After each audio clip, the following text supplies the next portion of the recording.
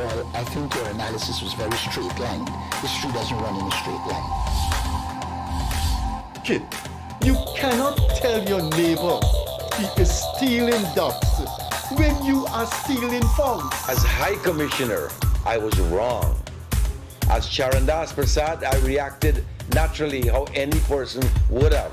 I did not come here for that kind of abuse. I did not come here for that kind of abuse. If you're going to go down that road, I'll walk off. But it's all okay once they're talking. If they weren't talking, I could not have been here today. You got ADHD. I got that. Calm down. I think I've done enough in terms of taking our team out of trouble from losing. Tomorrow, Taylor. That's good. I'm reading the script now, and the first person that comes to my mind to play a detective, Yes, but the an Guyanese critic. erratic Mikhail detective, Rodriguez. is Mikhail Rodriguez. Why an African slap an Indian? Why a man and slap a woman? No, Gildarie, you deal with that. You deal with that.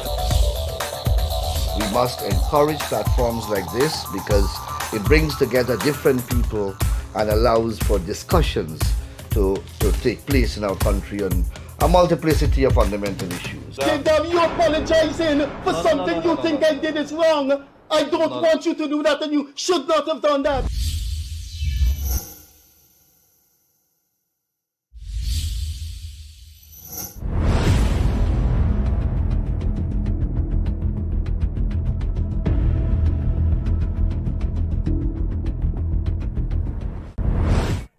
Hi there, welcome to the Gildarie Freddie Kissoon show.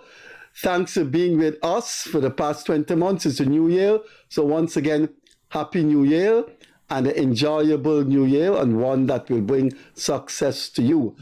Hopefully, just keep your dreams alive and the pursuits that you're after. Good evening and happy holiday, Happy New Year to the guest co-host. We don't have a guest this evening. We have a call-in program in which we ask Guyanese, wherever they are, and non-Guyanese to call into the program and let us have your questions, your commentaries, your analyses, your opinions, your fulminations, your adumbrations, whatever. Just calling and let us know what's on your mind, and Guyana and those who listen can learn.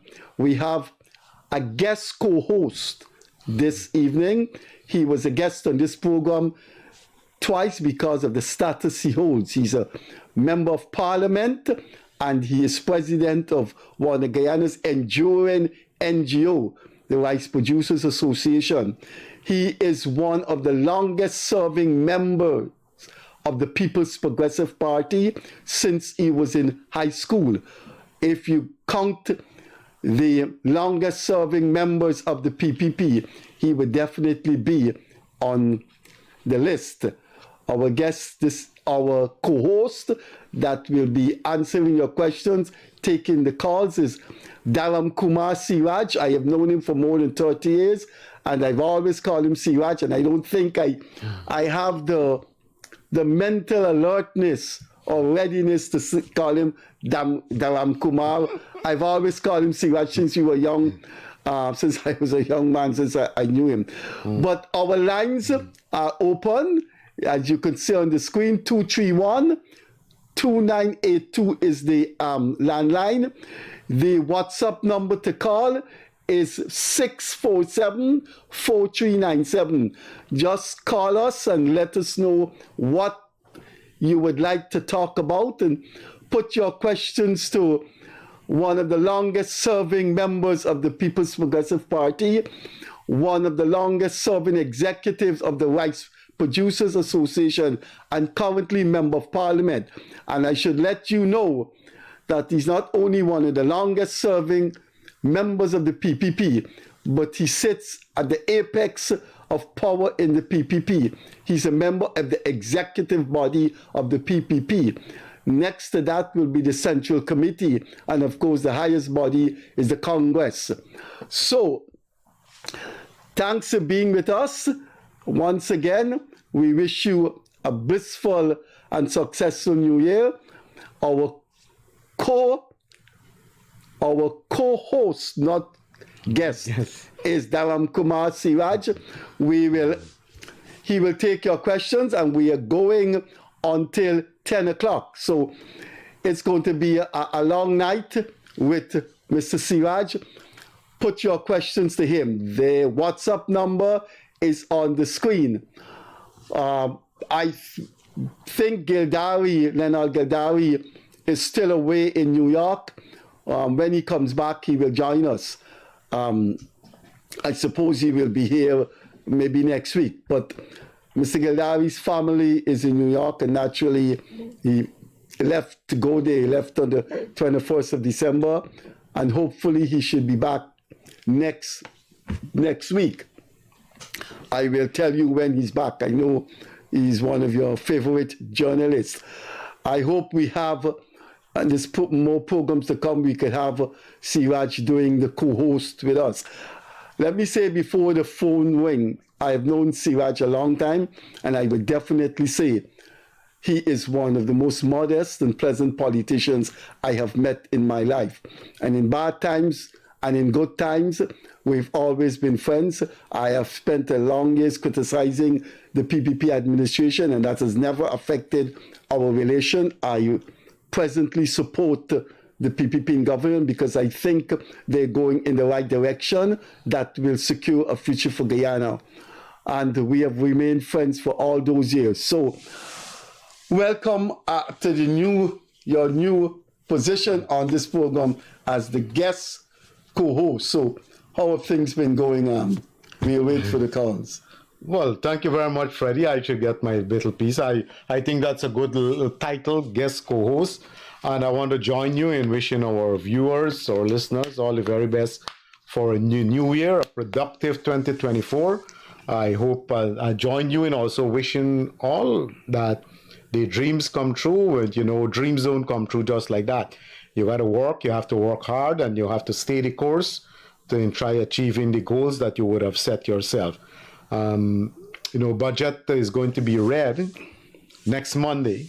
Dr. Ashley Singh is going to present that budget, and following the presentation of the budget, the debate will start the following Monday. That will run for 5 days, and then there will be examination of the estimates. I know there are a lot of people looking out for a lot of things that in the budget.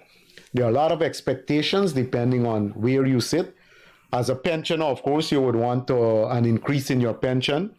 As a young person, you're looking forward to that free university education, tertiary education. As a worker, you're looking forward to a big increase in your salary. As a mother, you have your own expectations that healthcare will be better, work environment will be better, school environment will be better. So different people have different expectations. As a farmer, you will expect the continuation of no taxes on your inputs. Some farmers have expectations that there will be a reduction in the price for fuel. I know the government is looking at reducing the price for fertilizer, different means.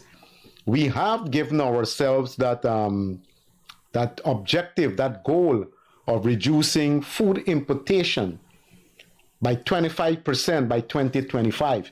2025 is 2 years down the road. So we don't have a lot of time, and I think this budget will be catering for the needs of our agriculture productive sector and manufacturing sector to ensure that we join with other Caribbean countries in reducing our food import bill. So that's a huge task already. We have seen some major investments in some of the critical areas for crops and livestock. Rice is doing well. Sugar seems to be on the rebound. You have some mega farms that are doing millet now and soya bean. We'll have the continuation of the Savannah rice project, and we're increasing our breeding stock in both for the black belly sheep. We're doing some stuff now with ducks and all of that. So all in all, the technology is going to play a critical role in advancing this overall objective of the reduction of our food import bill by 2025. And budget and policy guidelines will, of course, play a major role in setting the framework for our private sector, our productive sector, the farmers, the manufacturers, the industrialists, for them to join hands with the government in harnessing the production potential of our country to reduce our food import bill. That's a major, major goal. That's a major objective. And as Guyana holds the chairmanship of the Caribbean now for the agriculture sector, we'll want to ensure that we give maximum support to our Caribbean member states or CARICOM member states in achieving that objective. So. SEERAJ, sometimes I do nonsense on this program, and maybe it's age. I forgot to mention that you're an advisor to the Minister of Local Government.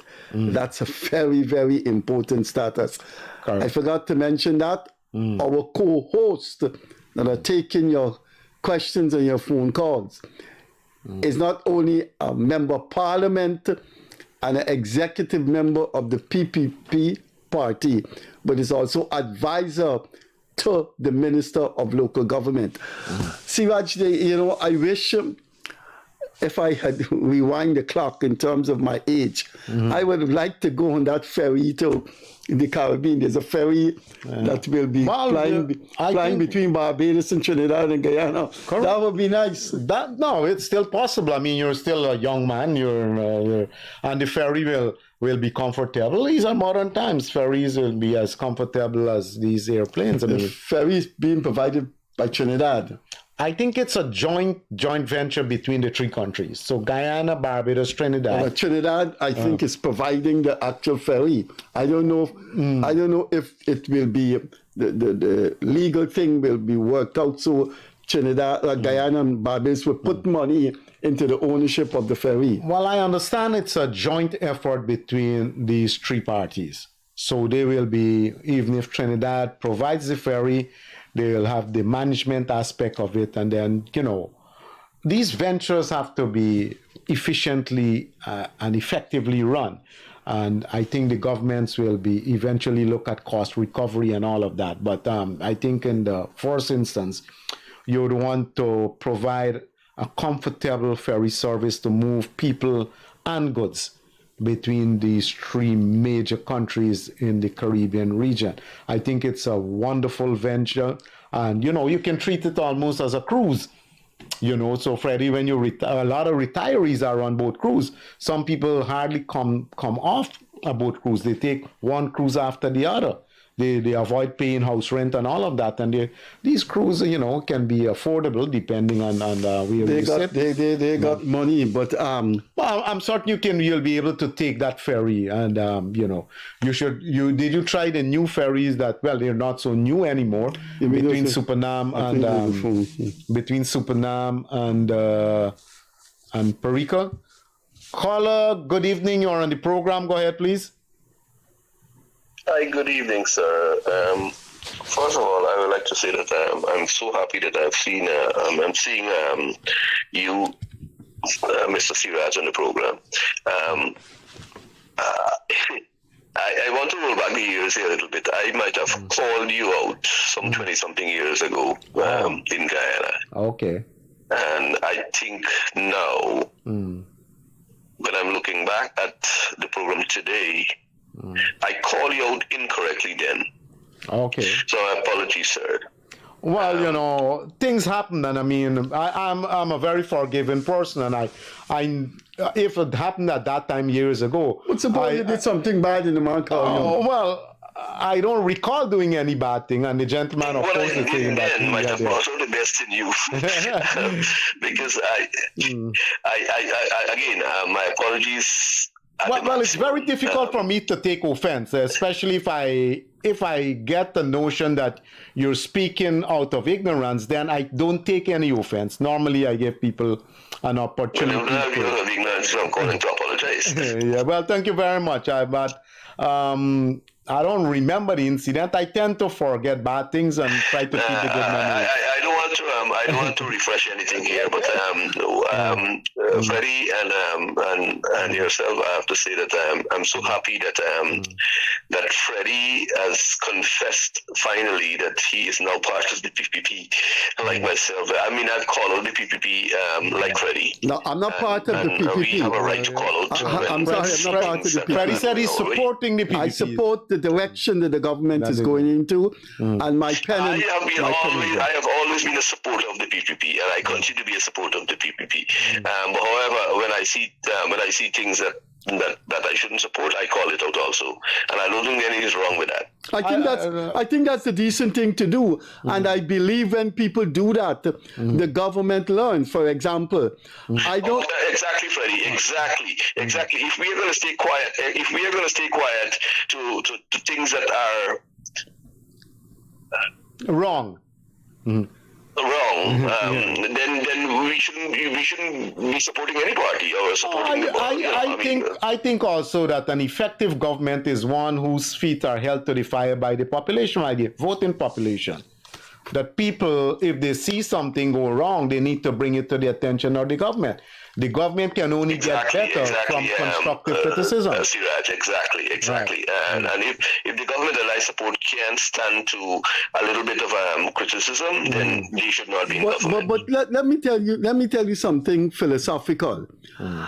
I believe if your friend is the head of the army, a very genuine friend, is the head of a bank, is the head of a government, as your friend, somebody you love or want to protect and see do good, I think you have to give him advice that is in your head and not advice that you want him to hear. He should be grateful that you're telling him things that you feel. If you're going to tell somebody in power what they want to hear, that person in power is not going to learn. Yeah, you're not helping them. No, you're not helping them. Yeah, but Freddie, your measurement might be out of place. You are an intellect. How many people do we have will understand your position?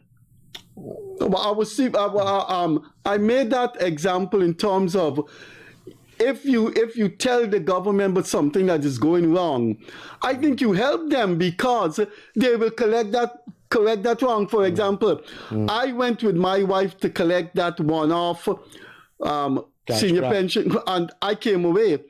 It just was not possible to get inside there and to keep your dignity.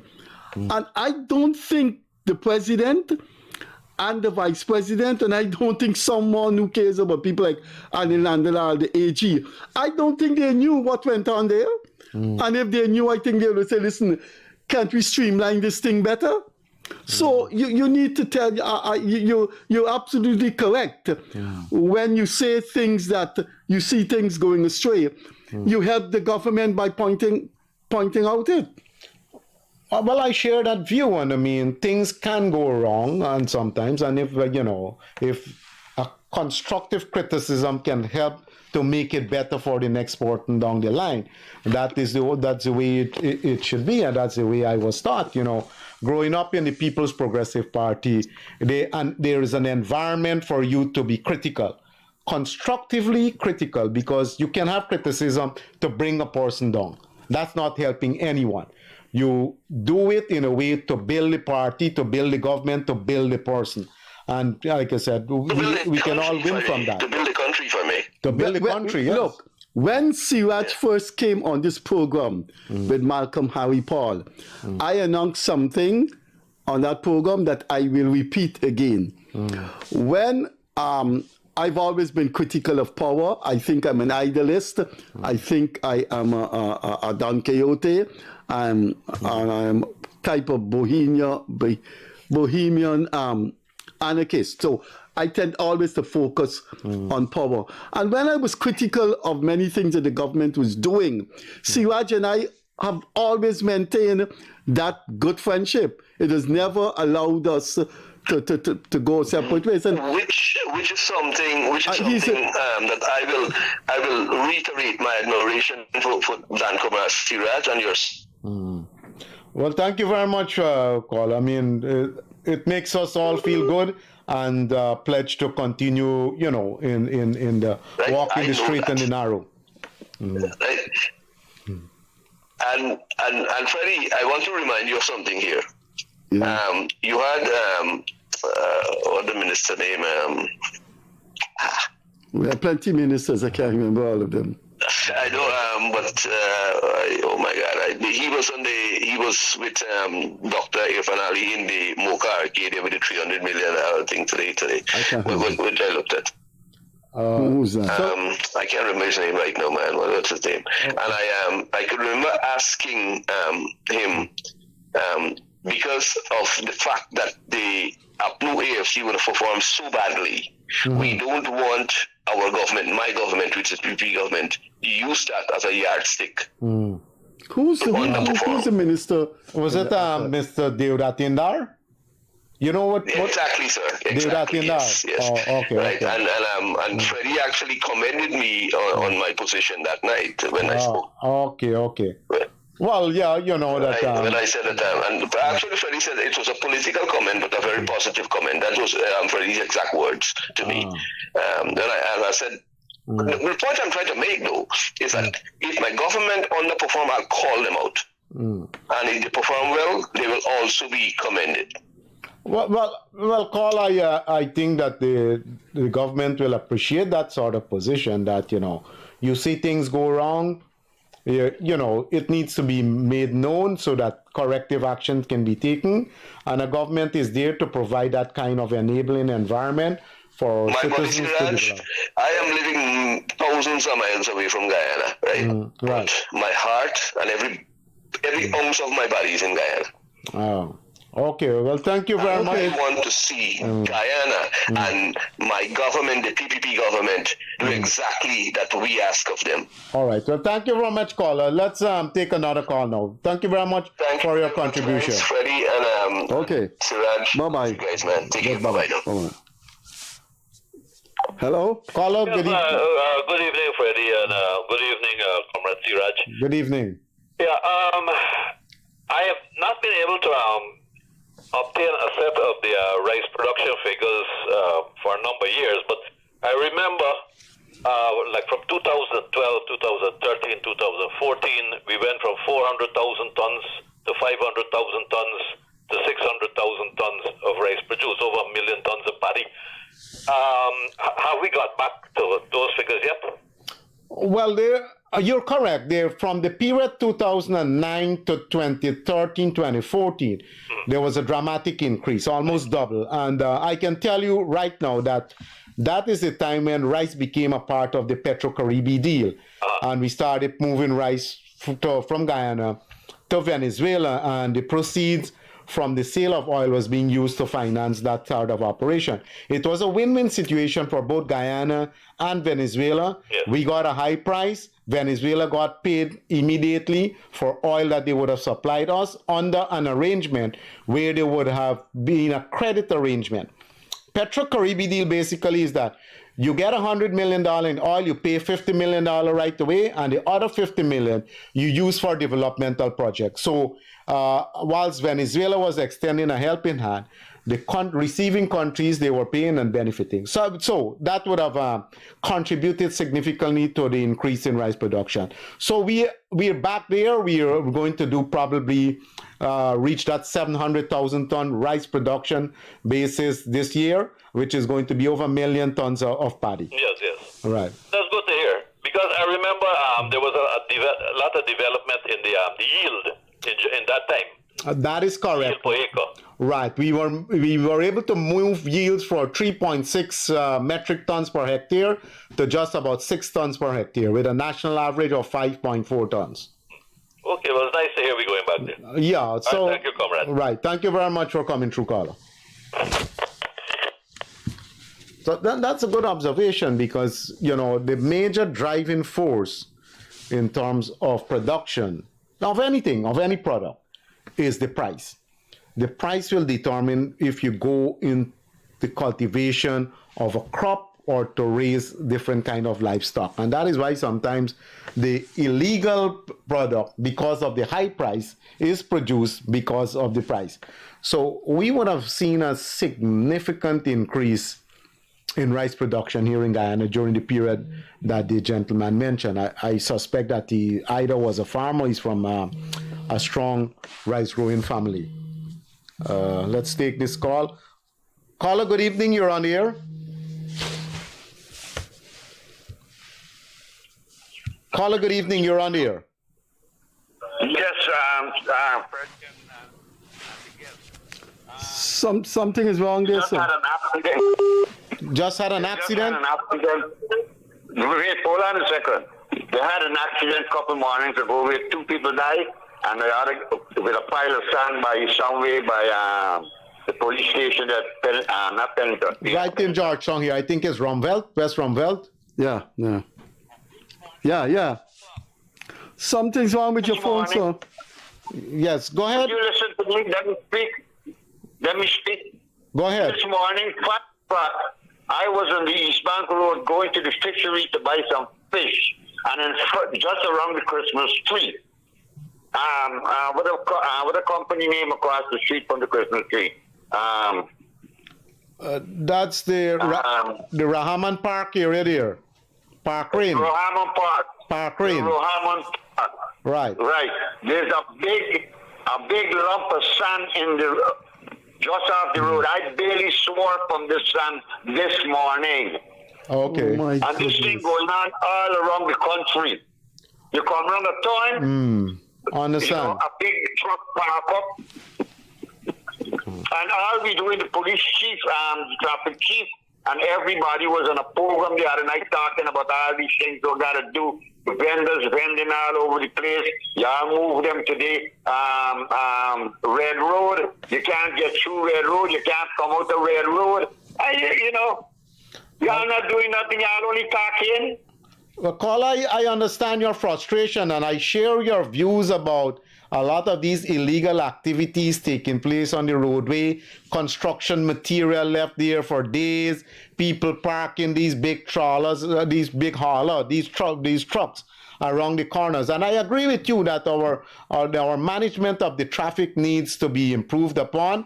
I personally will talk to Minister Bishop Edgell tomorrow about this one that you raised with the sand, because we don't want another accident with construction material contributing to the loss of lives. So thank you very much for coming through. Rohamon got a big compound there with a whole bunch of machines. The truck has no right dropping that sand in front of Rohamon place. He could have gone in the yard and dropped that sand. Correct. And even if it's a temporary day, it should be removed within hours, because, I mean, you know, sometimes... Exactly. Yeah, you can't leave, especially to leave it there overnight. You know, all over the place, there's some people doing construction and throwing the sand in the gutter. The water's not going nowhere. If you bring a load of sand, you take it to your yard. You're using it in your yard. Correct.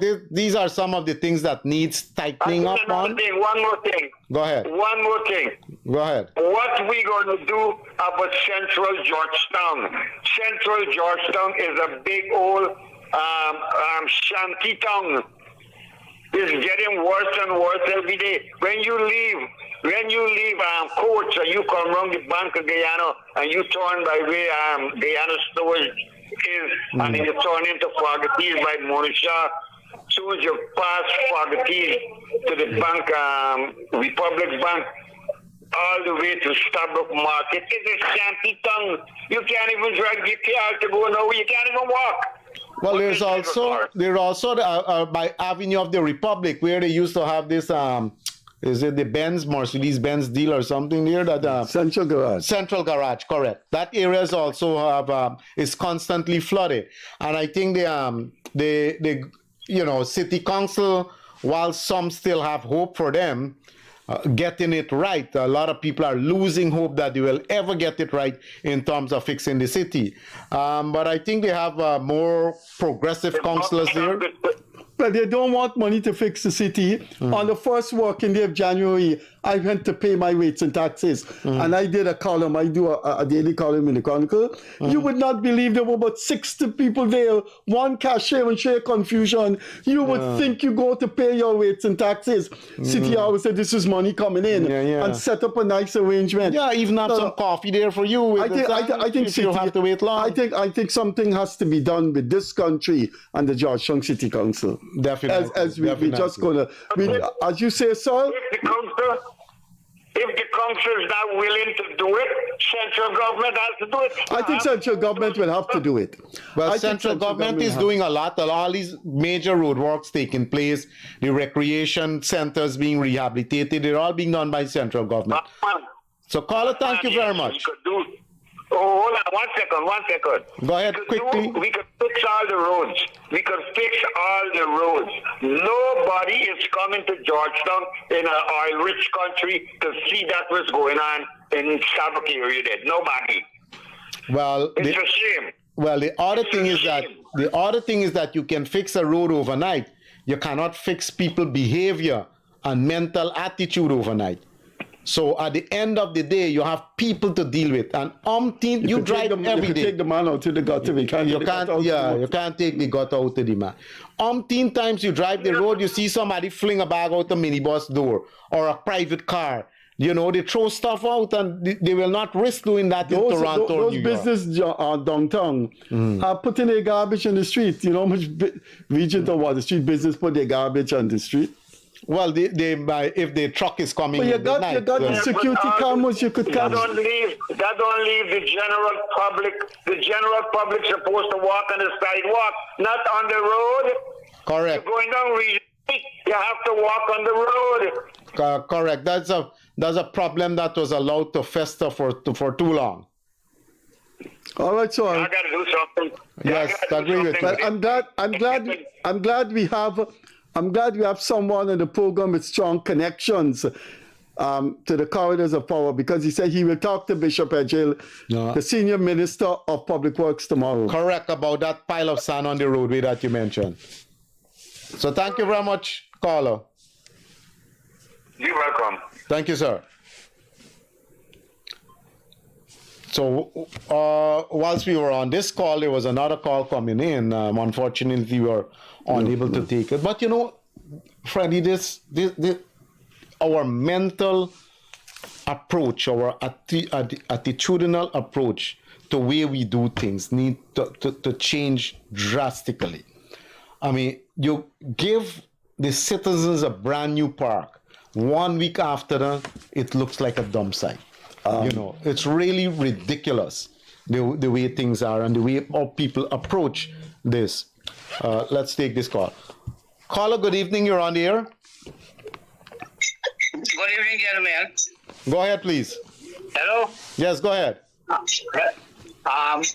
Listen, concerning this cash grant for people with permanent disability. Disability, I have yes. two daughters, right? Right. Now, one of them received the cash grant, and the other one, until now, he doesn't receive her cash grant until now. This is January month. I don't know what is going on. And both children are somewhat disabled. Seeraj, could you take this man number and do something about it? You have influence with the people with power. This man has been calling about this thing for quite some time. I think if the minister can't do her work, well, then she have to leave the job and do something else. This is two daughters with disability, and something is wrong. The other daughter is not getting. Seeraj, could you look into this, please? So, caller, I'm going to keep your number here and I'll call you after the program, because... And one thing more, she cannot eat ordinary food like us. She 80% of her diet have to be fruits, which is very expensive in this country right now.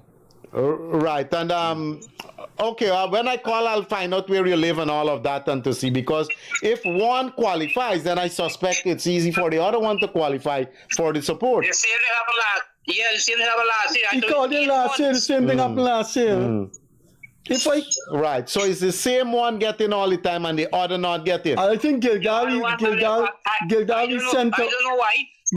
sent a text message to them. I don't know if they have a policy for only one person per household. And if that is so, then I don't agree with it, because if you have You can't have a person with you disability, can't have a policy Yeah. over household. It has to be for the Both of citizens. them correct. have permanent disability book in 2001, 2002. Right. Now 2003, 8 months after them, we get one of your book. Now this cash grant now, the same happen again, one and left one. Yeah, you talk about it last year. Right. So that's what I'm saying is that The minister, if the other one did not get on the premise that they're two from the same house, I think that is wrong. I don't know for sure if that is the case, but I rather suspect that how some of these things go is like if you get a business grant, for example, you get one, you cannot get two for the same household. But this case is different. It is for a person with disability. Both of them have permanent disability. I understand. That's what I'm saying is that I'm going to call you afterward. Report on that. Right. The minister have both of them medical report. Right. And if one get, the other one should get also. It means that they qualify. When Gildarie comes back on this program, SEERAJ is going to do his part. And Gildarie sent a text message to the minister there and then on his phone. I'm going to raise this with Gildarie when he comes back to the program, hopefully next week. I think something is wrong with the system. Well, if it's not coming true for other person, then, the system needs some tweaking. But you got to appreciate to caller that, sometimes in our effort to do a due diligence or to get it right, sometimes the innocent are affected. Okay? So we'll do our best to assist you with this particular issue. Okay? Okay, thanks. I hope so. Thank you very much for coming through. Thank you too. SEERAJ, that man, there's something wrong with the ministry and that thing. Look, yeah, so that man, they did it to one daughter last year when he called in a few times, and like it was rectified, and then anyway. Let's take this other call. Caller, good evening. You're on the air. Hello. Good evening. Hello. Hello. Hello? Yes, sir, good night. Hi, good night. Yes, Go ahead. sir, good night. Go ahead.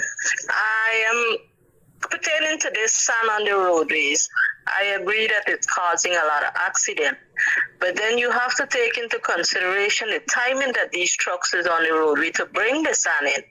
And when the truck dropped that sand at 3 a.m. in the morning in front of your yard, where are we going to get workmen to bring it in? I'm not saying some people abuse it and leave it for a long period of time. This is my observation.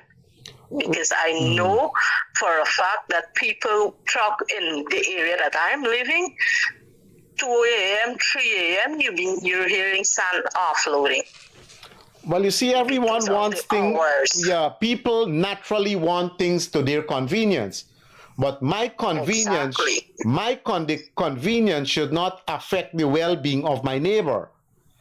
Yeah, but then I understand that. But then if I get it off, if that sand, let's say, for example, myself, I don't have it, but I'm just using the example. Correct. Yeah, go ahead. For myself, right? That sand is being dropped in front of my yard at 2:30 a.m. 3. If by 12 noon that sand is not moved, I can understand that I am eligible for punishment by the law. Because in our NDC, if you don't move it, they come and ask you to move it. And that is where the NDC's representative come in as well. Right, so but the NDCs in some areas do not do their job. I can tell you that. Madam, hold on the line. They don't do it. Hold on the line. The guest co-host on this program has power. He is the advisor to the Minister of Local Government that can read the Riot Act to those NDCs that do not perform. You're speaking to the right man. Yeah, I do that myself. I go around the country and talk to NDCs about enforcing regulation. And when they enforce, a lot of people are angry with you. But we need to have the rule of law and the respect for the rule of law. You got to do your work. Chinese do not respect the rule of law, and when we try to implement because it, we're too lenient. Yeah, because we're too lenient with enforcement. Exactly my point. All right. Well, thank you very much, caller, for coming through. But let us all bear in mind that to the extent our convenience is of inconvenience to the other, we have to take that into consideration. You got to take this call. Thank you very much. Thanks for coming through. Let's take this call. Bye-bye. Okay, thank you very much. Have a good night. Caller, good night. You got to lower your volume, sir, or madam. Good night. Good night. Go ahead. I am listening to your program presently. Yes. I can hear Mr. SEERAJ said that he has been going around the country. Yeah, he's the advisor to the Minister of Local Government. Mr. SEERAJ, I am not being in defense or I'm not in support of what he's saying. I am saying outrightly Mr. SEERAJ is wrong. We have had stand in the Prospect area for years now, blowing all over the place in the hot season.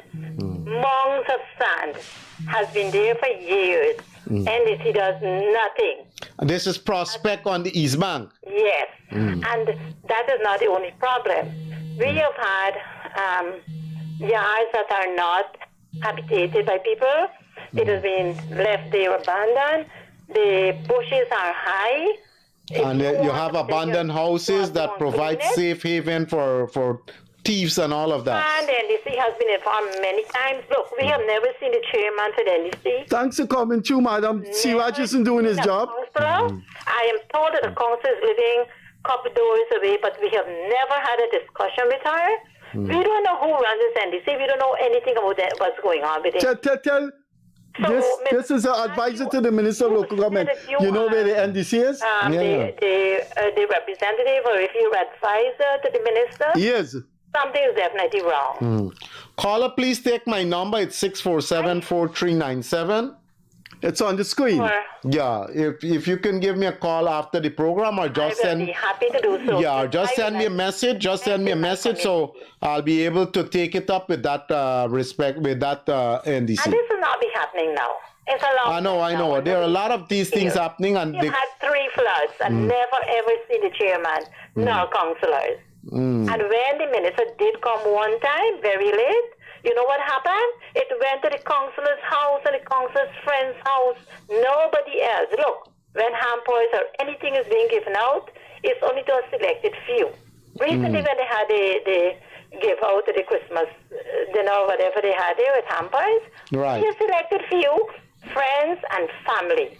Well, it's supposed to be for the vulnerable. And that's what you people are saying, but you're not interested. No, I'm only saying that that's how it's supposed to be. I'm not disagreeing with you and your observation that you're making. I'm saying that the intention is to give to those who are most vulnerable. This has been happening. Complaints on complaints. Look, we learned that the president went to a farm road yesterday. So you know what happened? Nobody, a few people were informed. Very few, elected few, I'm telling you.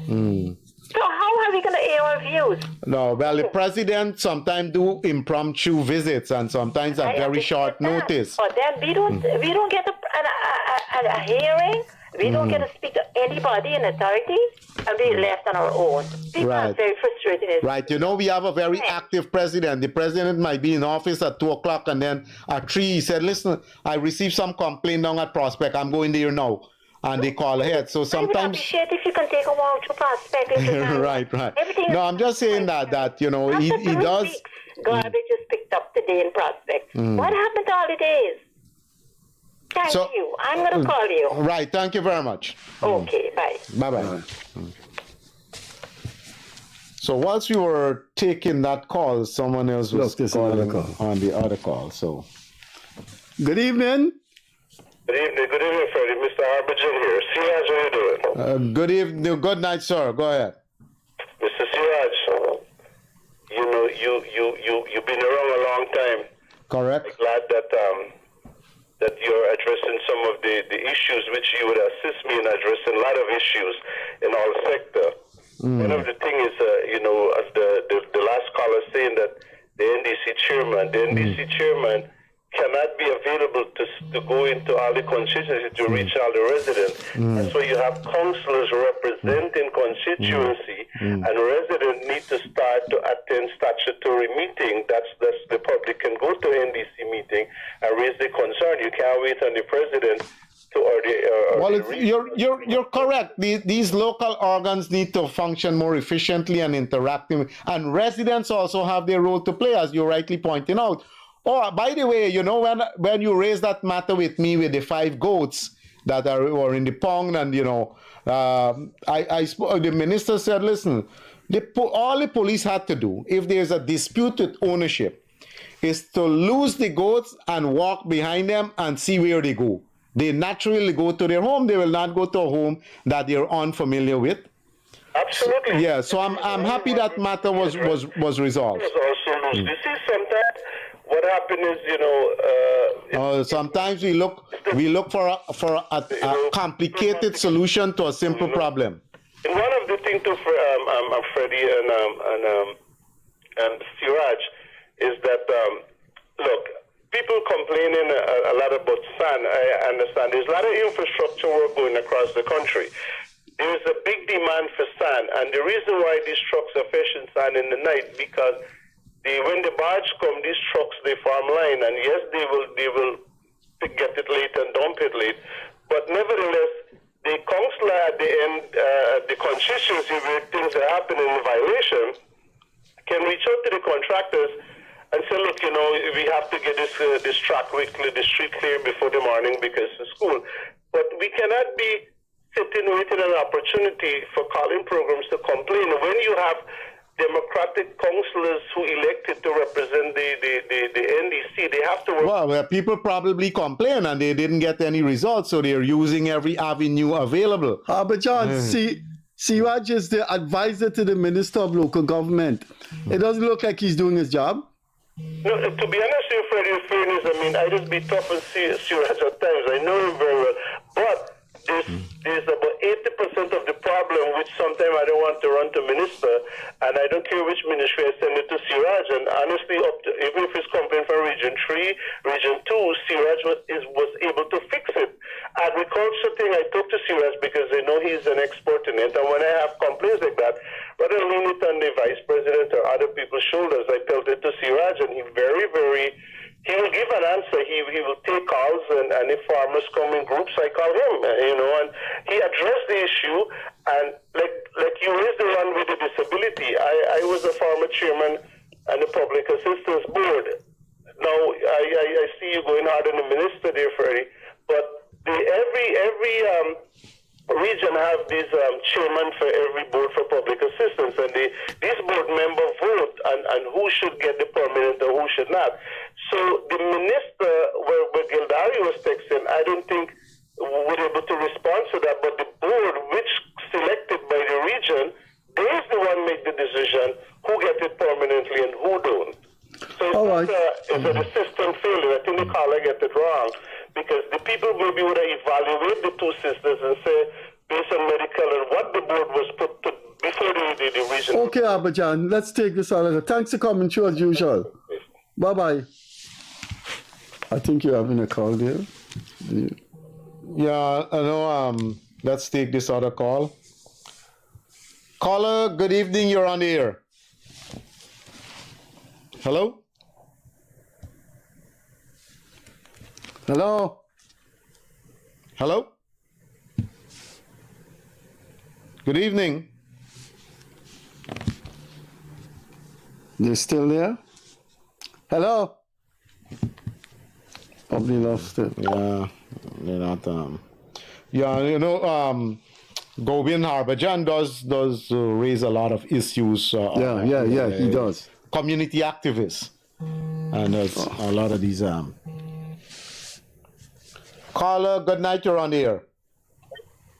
All right. Good evening, gentlemen. Good evening. Hello. Yes, go ahead.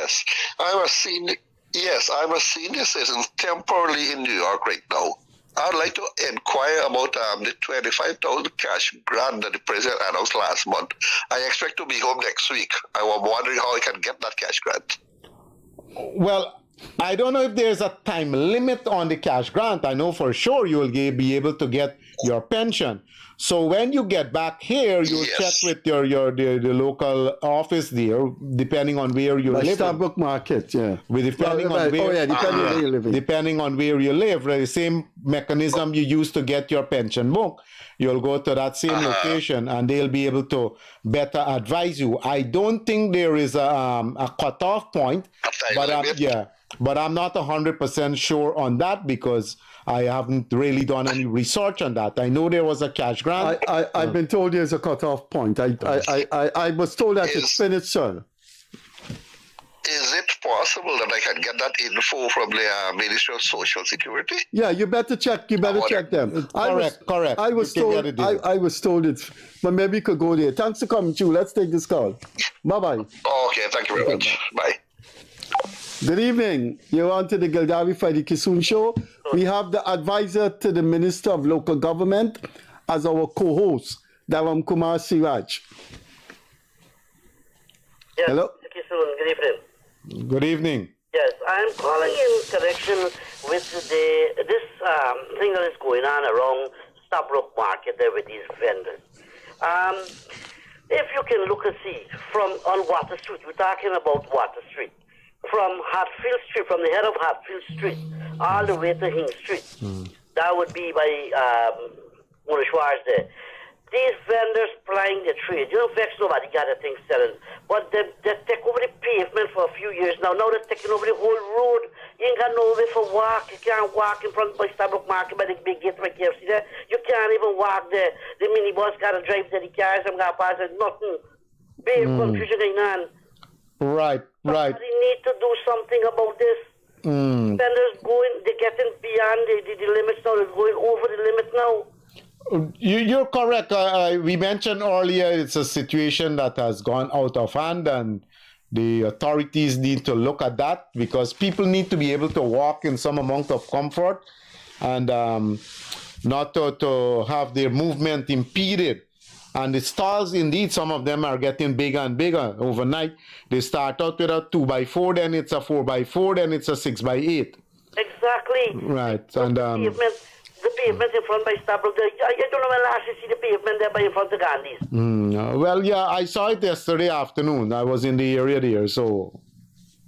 Yeah, some of these people build this thing that are living inside there, you know. Some of them do occupy there 24 hours. 24 hours, yeah. The authorities need to look into this. Yeah, but we can't. Whatever we do, I know it needs correcting, but society must never, cast out those that do not have. A lot of those vendors are single mothers and they're trying to make a living. I think there should be a solution, but I never think we should I never think we should run there and just cast them out. No, I personally support vending, right? Because I know that. I'm glad you do. Every country we have vending. We need to do it in a decent. Yeah, we need to regularize it. I think the caller said a 2x2 move up to a 4x4, and they're getting bigger and bigger and all of that. Exactly. Right. You understand? We need to do it decently, man. We can have a decent. We want to have a decent country. Correct. Well, we need to see something beautiful. We go in the city, must be beautiful, enjoyable to walk and shop and. I think those vendors and the shacks, maybe they need some section of the Ministry of Finance to offer very generous small loans to them, so they can do something very good looking. Yeah, now some of these people selling outside, they also have stalls in market too. That's another problem that you engage with. Monrepo Market, for example, people who have spots there, they sell on the road. And the Parika Market was like that too. And then the vendors, the stall holders complain that they don't get business because other people selling on the road. So they end up, instead of the errant person doing the right thing, the people do, everyone now start doing the wrong thing. Well, you see, I can tell you something, right? Even to those that have stalls inside the market, right? There are some things that are going on inside. Now, this is a personal experience that I have. In Stabrook Market, I went to the Stabrook Market to the back. In the back lane there were the jewelry and sell. Right. I was looking for a small piece of jewelry for a small baby, just a newborn baby. Yeah. And I was attempted to rob. Well, so, please, stop there. Seeraj, help me out here. Seeraj, I am a city boy, born and go. And I know that you don't go in certain areas. Yeah, to buy a piece of jewelry. Seeraj, in 2023, with so many jewelry placed all over, there's 2 by Border Market, there's a whole shut in Sheriff Street. Why would anybody go to the back of Border Market to buy a piece of jewelry? What were you doing there, sir? Just explain it. I mean, you got jewelry stand there, right? So you go there, but just explain. But what were you doing there? You didn't answer the question. Well, I go down the back, you got jewelry stand back there. Well, why would you go into a jewelry stand in that questionable area to buy jewelry? My mistake. No, I would never go back there. Now, those people that selling in the back there, they can't get sales. They can't get no business at all. So, yeah. I come to front. Right. So, you got to be very careful. And Freddie's making a good point here. No, but Suraj, look at the area. Yeah. Look at it. There's no parking. You're going to buy a piece of jewelry. There's no parking till 5-6 blocks away. Then you go in the jewelry place. You take out your money. But look how many jewelry. Seeraj, I have bought gifts for my jewelry for my daughter, my wife, and birthdays. And I went, there's a place in East Street. There's one named Dean's by Border Market. Were you going to the back of Starbuck Market for? I learned my lesson. The gentleman has learned his lesson. But also the people at the back there need business too. So they might got to start selling Edo or cassava or something there. That is the thing, because nobody going back there to buy jewelry, and they themselves might get robbed. Why there they too. have a jewelry place in the back there? Right. That is the thing, you know. But that's the point. The point is that nobody's going to go there now. So Right. to come to front. And when they come to front, or they crowd up the front. Right. That is where the situation coming, you know. Right. So we gotta keep a look at this vending thing, and I think Freddie's making a very good point there that people do vending, they make a living out of it. The idea is for it not to get out of control. Well, also right? look into the vending, and also what they need to do is look into more security for customers. More security and all of that, and it shouldn't get out of hand, and it shouldn't, like I said, move to such an extent that you're inconveniencing other persons. Yeah. Thank you very much, Carl, for coming. You're welcome. Have a good night. Good. Take care. Bye bye.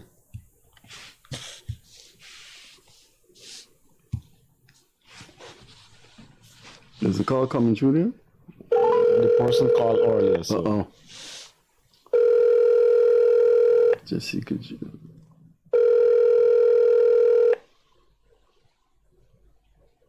Hello?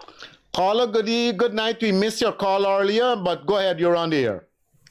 I'm on the air? Correct.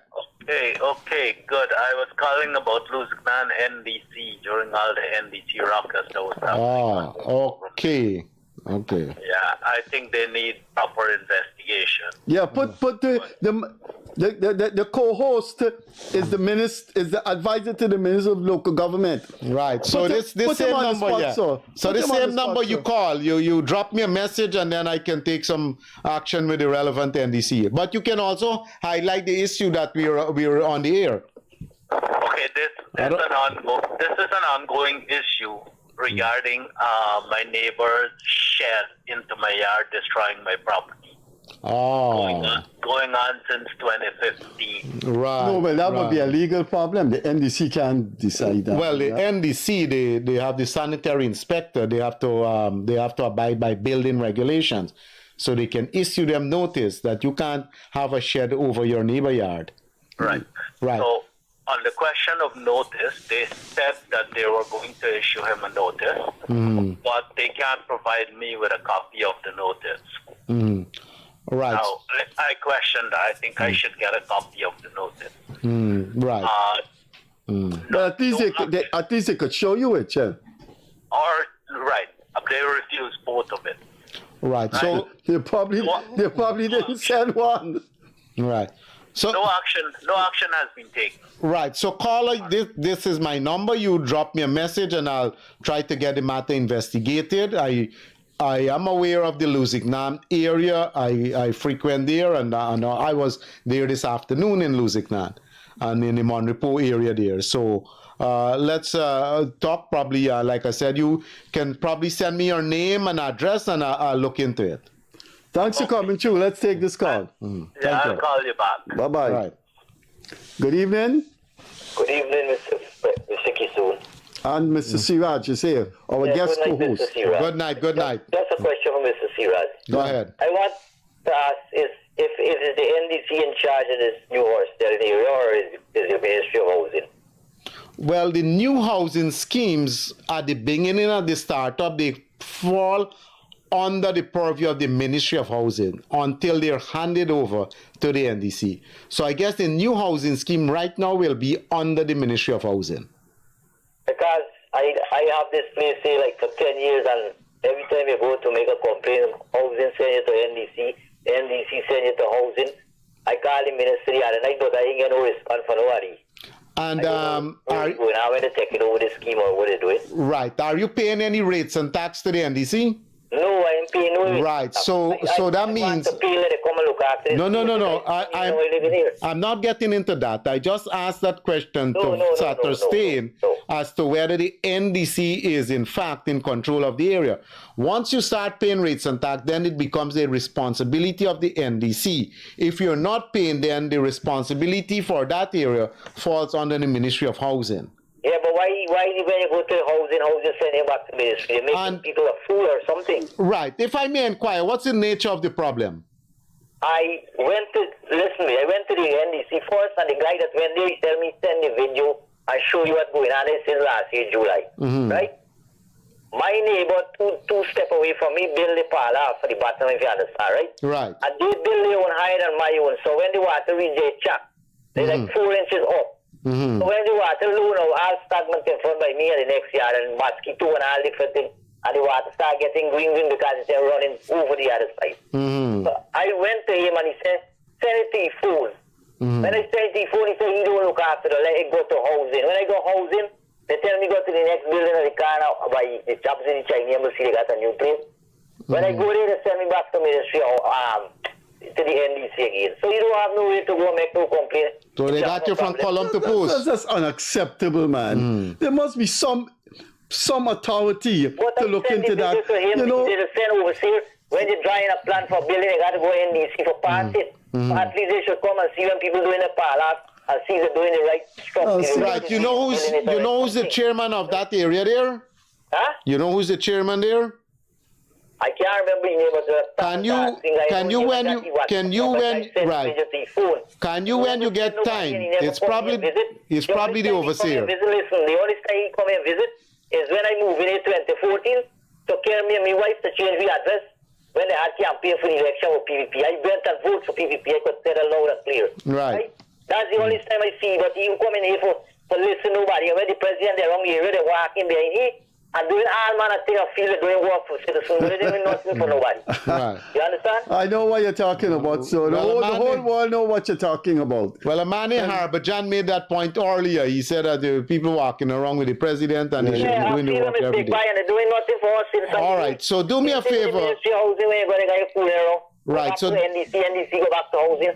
Who are you going to make this complaint to? Nobody. All right, so do me a favor, caller. The same guy you gave the video to, when you get an opportunity, tell him you spoke to Mr. Seeraj, and Mr. Seeraj asked you to make contact with him. Listen me. Correct. This is what I'm telling you. Right. I don't even want this guy in the face no more, because you know why? This guy get me upset, because you know why?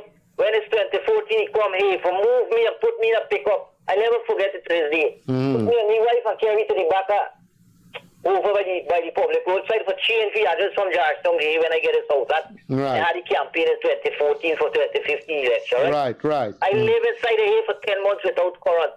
The same guy, I never forget, he come here with a BM so trade plate vehicle and move me and my wife and carry me inside for. And now we can't do nothing for you because you just fooling around, people are telling. Send the video and he gonna do something he never send nobody. He's not doing his job. Doing his job is waste of time. Why they collecting people money for plan? When you got part of plan for building a house, the NDC collect your money. So they're supposed to come and check when people doing the parlor for building a house, not just collect the money. So we've been running this program for 20 months. And if these calling programs, a lot of complaints are on NDC. And have no drainage system. I want Seeraj to co-host this program on a Friday evening.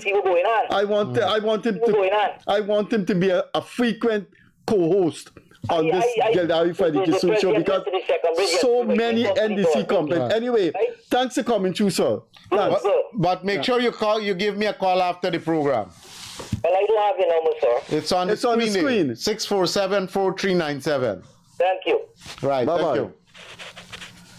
Siraj, you have a call there? No. Because I would like you to come on this program often as the advisor to the Minister of Local Government. The complaints locus against the NDCs throughout this country. Hello, good evening. Hello? Good evening. Hello?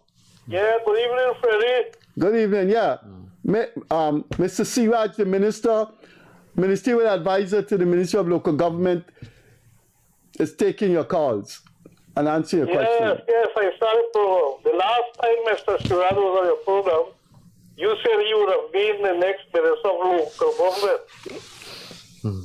Well, I thought so. I think Freddie was hoping for that. I was hoping for that. I have known Mr. Seeraj a long time, and he's one of the better politicians in this country. It will be read on Monday.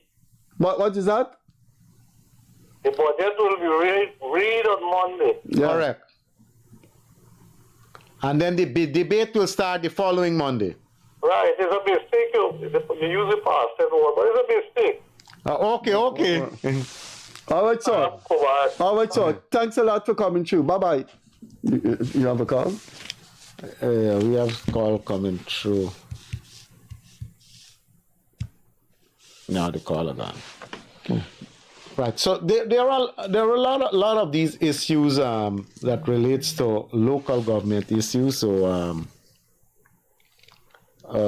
that's a message that came through. So they need, this is all about taking government to the people. I would like you to come on this program quite often. Right. The complaints about NDCs. Right. At the office, I have a foolscap book where I take all these complaints. So you have it in record, right there all the time. So.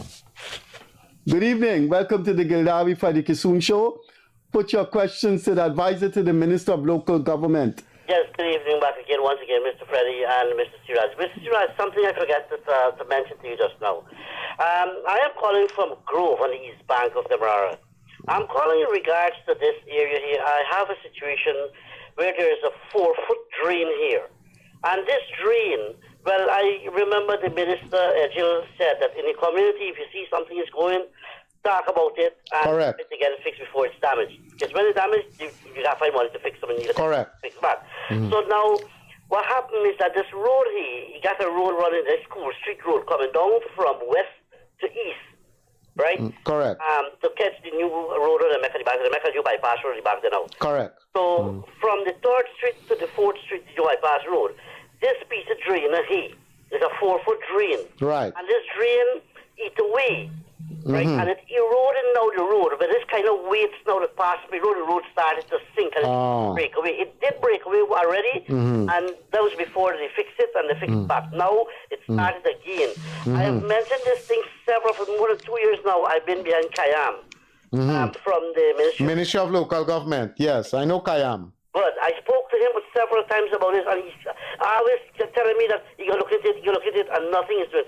And the road is eroding. Right. I know the chairman there. There's a new chairman there, a young guy by the name of Paul. Yes, Paul.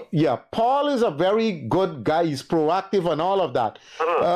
Is it too difficult for you to make contact with him? Because I spoke with him today about the matter. It's not difficult. I already made several attempts through the NDC, and they said they can't do nothing about this. That this has to go through the Minister of Local Ministry. Yeah, but it shouldn't be your job to do that. It should be their job to get on to the ministry. But they're not doing Right. You would have finished your job already by reporting it to them. Yeah, but they're not doing it. I understand. All right. Let's take this. Okay. Let's take this call, sir. Thanks for coming through. Bye-bye. You lost this. You lost the call? Right. The call back. And that was a message that, yes, that came through. Right. So, and it comes down by and large to training too, because, the council, the NDC, this council, they're elected. you're elected at the local government elections, and you're supposed to be responsive to your constituents, and then they have the overseer who is an employee of the NDC, because the councillors, they go there, they just go there for once a month and all of that and different things. But I think by and large, a mechanism you need to be put in place so as to make them more responsive to the need of these communities. Good evening. Good evening, Mr. Freddie and Mr. SEERAJ. Good night. No, something amazed me, and I just want to make a little slight comment, and you think about it. Okay. This is 6th Street Diamond to 7th Street Diamond, right? Right. New scheme. Right. Anyway, when there was filling the 6th Street Diamond, they take up everything and they put in the red room or whatsoever. Right. They come over to 6th Street Diamond now. They're doing it now. But they just take a little excavator, scrape off the top, run in the fabric, and they casting on top the same old road. I don't know if it's a new model road or whatsoever. The casting on top there, they ain't digging out it or whatsoever. They just scrape the shoulder and they put a fabric. And the casting the concrete on top. I don't know if it's a new model road, but y'all could look into it and find what it's about. Okay. I don't know. Right. So they did 6th Street different from 7th Street. Okay, yeah, 6th Street, they take up everything. They Right. run in the loom with the sun. Right. Okay. So you feel, based on your observation and your experience, that they did a good job in 6th Street and they're not doing such a good job in 7th Street. Because let me tell you, if the bottom farm, let me say if the bottom sink, it goes to crack the whole concrete. Right. Correct. Leo. Correct. So I don't know if it's a new model or what the contractor doing, but somebody needs to look into it, and if it's going to indicate, well, Right, but if they put steel in the concrete, they also will reinforce it. The BRC. The BRC, right. So that gives you some reinforcement there. Right, but what I'm saying, if the bottom is really good. Yeah, if the foundation is not good, then the integrity of the road is no longer there. Right, because most of the road decaying. Some part they do back big feet, and then they just run the farm up top. And they just carry. Correct. Anyway, thanks for coming through, sir. Thanks very much. Bye-bye. Yes, Mr. Freddie. Bye-bye. Caller, good night. You're on the air. Hi. Good evening to both of you. Good evening. Minister, MP. I'm trying to get some help. I don't know if you can help me. I'm from the Better Hope area. Right. I guess you would know the Better Hope Community Center ground. I know that very well, yes. Okay, we're thinking in this area, you cannot walk on the seawall at the back there anymore due to the Corda bush. Correct. It's pretty high. I don't know how far it will go up. Well, it's good for sea defense, but it's bad for people walking now. I once walked to the back there quite often, years ago. So what we were thinking is if, on the outer layer of the ground, inside the ground, if you can get it grade down the NDC and make a track so people can walk around the ground. A very good suggestion. Very good suggestion. I'll have a word with Mr. Zaman. Sir, he's the chairman there. So I don't think I will get anywhere with him. No, I said I will have a word with him. Okay. I'm not saying you should. Because, sometimes we take the babies. You see what I'm telling you? The complaints against these NDCs since we started this program. You got to come back and fight it. The young lady is making a recommendation. You got to come back and fight this. Yeah. She's not complaining. She's making a recommendation. I think it's an excellent suggestion. No, she just said you can't. She might not get far with you. That guy, she made it. Listen to some of the guy, But you know why I'm saying that I wouldn't get far? Yeah, speak your mind, madam. Speak your mind. If you're coming up from the East Coast, from Pleasance, you're coming into Better Hope before Aziz, the burger place there, right? That's the next thing. You put a business there. Is the NDC getting a fee from them there in this community? I mean, that's the way to generate money. You want to put a business in my community, you pay a fee. Well, first of all, it shouldn't be on the roadway, and if it's on the roadway, I agree with you. The NDC need money. They should tax them if they're selling there and so on. Between that corner, between the Pump Road and the back street, there's a 3-story building going up there. I would like you to drive and stop there and see the condition of that parapet. They're breaking it up. I said you would, if you can look at the, between Aziz and Back Road, which is the Pump Street and Back Road. Correct. There's a 3-story building going up on the front. Right.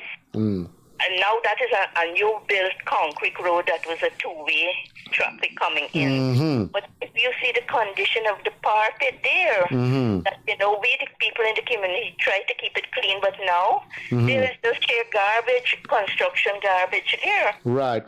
Well, I'll ask the chairman also, because they ought to remove those things. I mean, in the process of construction, you will have some debris around, but I agree. But you should clean it up. They should clean it up. They can't have it lying there for days and days. This is months and months. Right, so they need to clear it up. So the NDC definitely needs to get up there.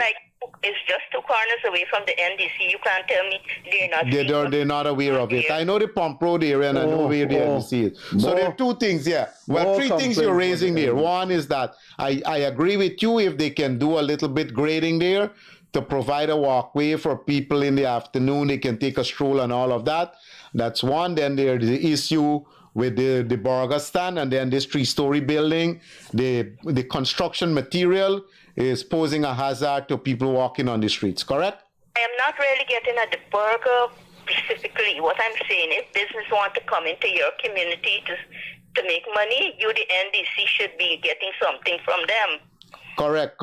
Madam, we should have you as part of the NDC. You'll come up with some good ideas for them to get revenue so that can better service the community. Nobody comes along at this back street. I had local government. We never see anybody come into the back street.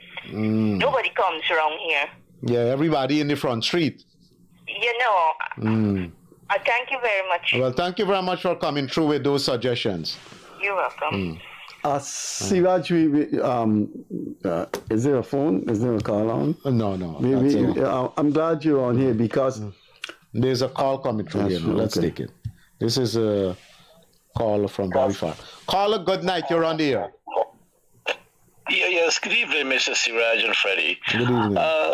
Mr. Seeraj, I'm expecting you to take some action here, because I wrote to the NDC, I wrote to Public Works in the Good Fortune area. If you take from the public road, you're going into the Good Fortune scheme through Emerald Street. The NDC did a road, an asphalt road going north, but it can't go south because a well-connected fella to the president and ministers got about 9 trucks on that road, and they can't do that road. How far this guy is living from? You know a man named Booster there, lives there? Yes, Booster is just the next major intersection. Booster is there. Everybody pass and see that.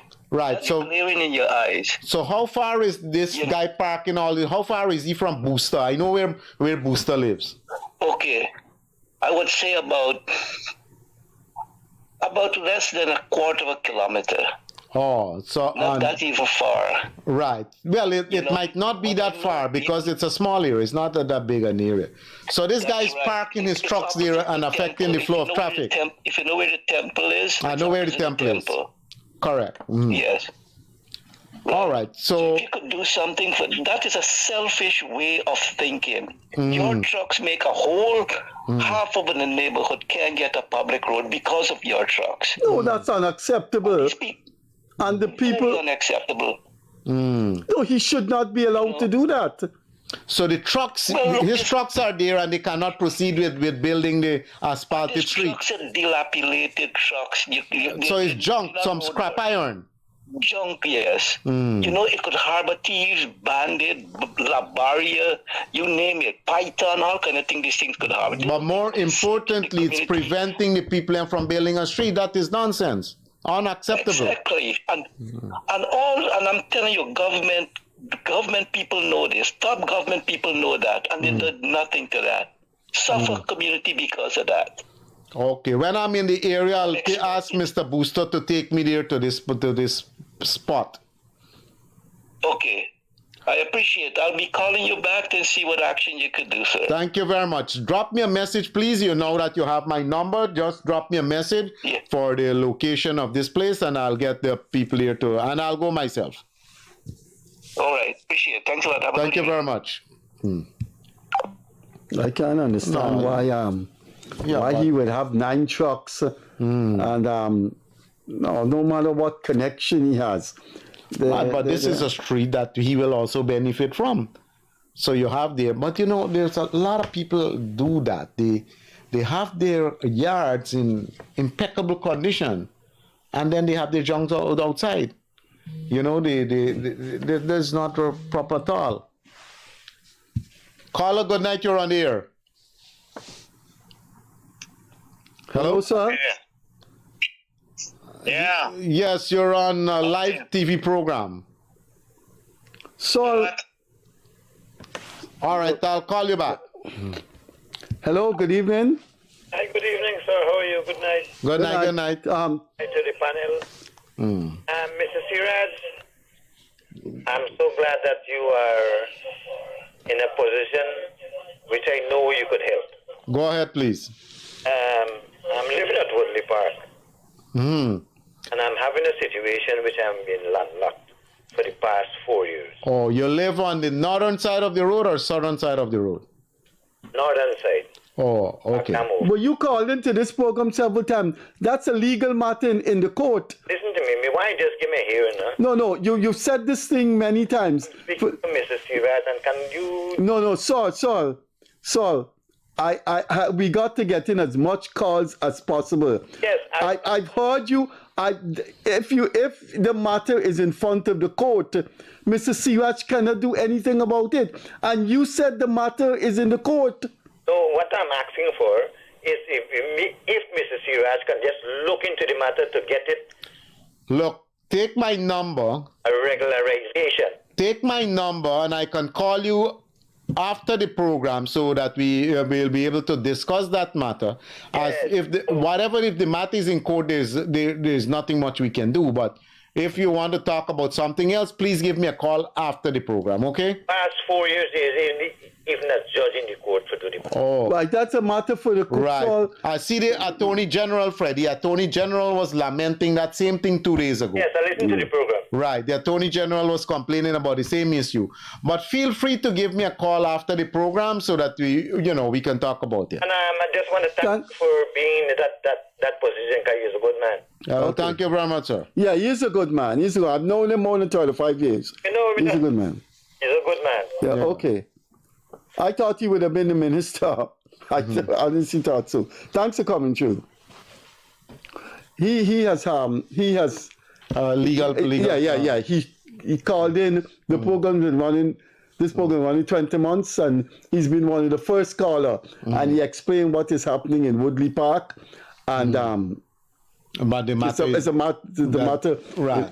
And I see, like I said, and he saw the program where the Attorney General lamented the slot in administration of justice through the court system.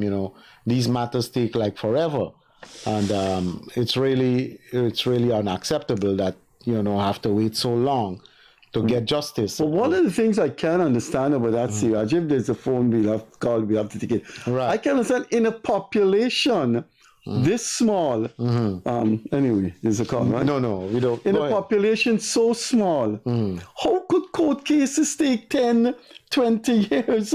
Right, and unless you only have 2 judges in the court. Right, and if this is a land matter, like the gentleman is raising, and 4 years running now, I mean, we can understand 4 months, but 4 years, there must be something wrong with the system that a decision cannot be made. Well, I cannot understand how taxpayers' money could be paying judges and judges hearing cases that go on 10, 12 years. You policemen, what I find, Seeraj, policemen who work hard, soldiers, traffic cops, public servants get flacking every day in this country. And judges do a lot of nonsense. Well, like I said, I saw part of the program. 10 years. Yeah, with the Attorney General, where he was lamenting the state of affairs in some of these jurisdictions. And I agree that, that the magistracy and the entire judiciary itself needs some revamping to address these matters in a timely way. The old adage, justice delayed is justice Of course denied. it is. That's right? a very, very graphically significant statement. Right. And, the best thing you can do is to make a decision. If it doesn't sit right with the person affected, then they have recourse for an appeal. And the legal system allows for an appeal. Let's take this call. Good evening. Hi, good night. Freddie? Yeah. Good night. Good night. Okay, 2 points. First, the roads. We know the government is trying, the Ministry of Works is doing their best to get, to give the Guyanese population good roads now. Right. Nevertheless, there's a lot of holes around the tongue and across the country. There's a lot of potholes which are very dangerous. Some of them are very sharp. Correct. I think the ministry needs to look into that and have these holes patched. I can remember years ago as a young man growing up, Freddie might remember, years ago, you used to get a tractor with these guys with a little tar drum, they light the fire the roadside. And Correct. They have them in trucks now, not so much tractors. Good. Yeah. But I think that the holes are posing a lot of problems on the road because of dodging. Sometimes you have to dodge and then when you notice them and they're getting And bad. you can cause an accident. Yes. So I'm asking you if you can look into that so we can have the roads patched. We know we're patiently, we know the government are doing their best. I understand, yeah. For the future, but we still need to have these holes patched. And back in the days, they'd say a stitch in time will save 9. Exactly. Right. The Ministry of Public Works does have a force account task force that they go out there and they do this. I saw them a few nights ago doing some work at Grove, timely work there, and of course, commuters were affected. But it's a well-made point, and I know, like I said, for a fact that they have these task force. Maybe in each locality we need something like that where we can build capacity to have a little unit there that can respond quickly and to prevent a small hole from getting to be a big hole. But thank you very much. You don't need, like I see, they normally cut them out and they would create this big hole and then they would leave them for days and then they come back. No, these little holes, you can throw a little tar, you throw a little stone, you ram it and you roll it. If you cut it now, you need to fix it, because I saw that situation in quarantine in Region 6, where the contractor went, he cut out a whole set of these holes, make them square to patch them, and then left them 2 days. Exactly. And without any proper means to light it up or to give warning to motorists, especially in the nights. And this also is unacceptable. Unacceptable indeed. But I think we need to patch it. We know we can't get all the good rules right, but we will in the future because we know we're progressing. Right. But these small things. We need to have these holes. Some of them are very sharp. It actually damages your tire if you drop into them. Right. We need to pay attention to the small things also. Definitely. Okay, my next point. Help me out here. I have made an observation when Mr. Maduro has made his announcement that he's coming for the Essequibo. Right? Good. Everybody's going to alert the president did his best. I think he stood his ground. And then I heard a ship from I think it's from the HMS Trent, Her Majesty's Service Trent. Right. Paid a visit, and then the opposition leaders jumped up and people was kind of annoyed. But SEERAJ, we cannot go up against the Venezuelan army. And I was glad that if even the U.S. Army and all the ships can come and dock out there for us, because I know that, Maduro, if he should really decide to invade the Essequibo, a lot of people are going to die. We don't have what it takes. Well, don't write us off, because we are on home territory. And they reach from England to here, America to here, half of the Essequibo might die out. Right. Well, you can't write us off. We have the negative, or the opposition leader seen it as a negative, or wanted to be in it, because we need these ships present. Well, okay. And I welcome that. Yeah, everybody welcome that. Everybody welcome that. There's no guarantee that when Maduro goes, the next president would not have an interest in Essequibo. So we have to have a permanent military. We have to have permanent military friends, because we don't know in the future if elected presidents of Venezuela may not have the same attitude as Maduro. Anyway, thanks for coming through, sir. So we need the international presence. I welcome them, and I want to tell Mr. Seeraj that I'm one of the Guyanese who would transform behind the government to represent Essequibo, because of what it means. All of us, and I think the host here, the lead host here, is a very strong proponent of that position. All of us must defend Guyana, must defend Essequibo. There's no lead. There's no lead. You're the host, co-host. I think a lot of people might not know that when you got to go so quickly. 1992, you bring that industry up from zero to where it is actually today, and I must commend you for that. I think and I think you continue doing an excellent job. Well, thank you very much. Seeraj is one of the better. I've known Seeraj for 30 years. Seeraj is one of the better politicians this country produced. I say that without apologies. Election, he can be a minister. I think he deserved that. I thought he would have been a minister, but he's the advisor to the Ministry of Local Government. So we need to have him back here, because there's lots of calls on NDC's misbehavior. Thanks for coming through. Yeah, good night. Good night. Seeraj, the operator has signaled that our time has come. Yes, say what you... Oh, I was just going to say that I'll have to get my complaints book. Yeah, and to follow up on these matters. I don't want to burden you, but if we do a content analysis of these call-in programs the past 20 months, there's a predominance of complaints about NDCs. Yeah, and I can look into them. I don't know if you have the time next Friday to join Gildarie. If you do have the time to join us on Friday evenings, please join us, because I think it will bring some relief to people that they're talking to the advisor to the Ministry of Local Government, and they will hope that they will get things up. Right. Well, I'll be happy to, and I'm in a position where I can help, and I can get people to do stuff as at the local level, at the regional level, at the NDC level. We have staff there. I can talk to these different people to address these small complaints and to prevent them, and to encourage people, to call in as much as possible so that we can address these issues. Thanks. Our operator signal, we're beyond our time.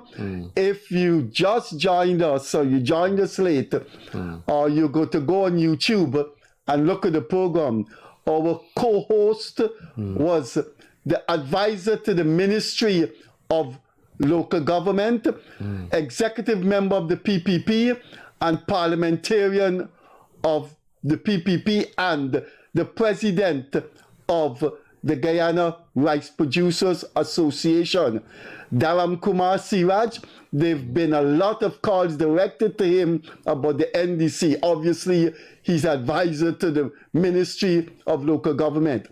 We will see how it pans out next week, if he can make it, and he could join Gildarie and I. Gildarie's out of the country. Hopefully, he will indicate to me when he's coming back, and to see if he will be here next week. We're hoping to have Seeraj back as co-host, because we're getting calls about the NDC. Thanks for joining us. Monday's a special program. We're taking a piece of Guyanese history and putting it on your lap on Monday. I would like to say a wonderful New Year to Seeraj. Happy New Year to him. Happy New Year to you. And we will definitely see you on Monday. DHARAMKUMAR, thanks for being here. Thank you very much for inviting me. It was a pleasure as always. And good night, viewers. Catch you.